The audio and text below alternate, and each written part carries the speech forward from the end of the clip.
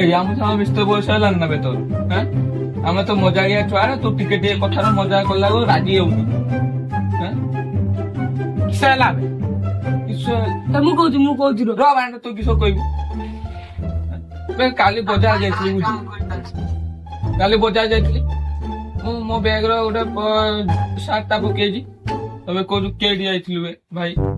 ଆଉ ମୁଁ କହିଲି ସାର୍ଟ କିଣିଲି ସେ ପଚା ଦଉଛି ସାର୍ଟ କେଉଠୁ ଆଣିଲୁ साठ के आलू पचा दो बुझे तब मोटी सेठी मजाक कर देली पहले परिया दुकान में तबरे ये किसो कहू जुआ तो जन कारिया मा क्या बोला तूने तबरे सेटा गला से जा कहला मु जा कहली कंप्लेंट हे गला अब फोन करी सुदु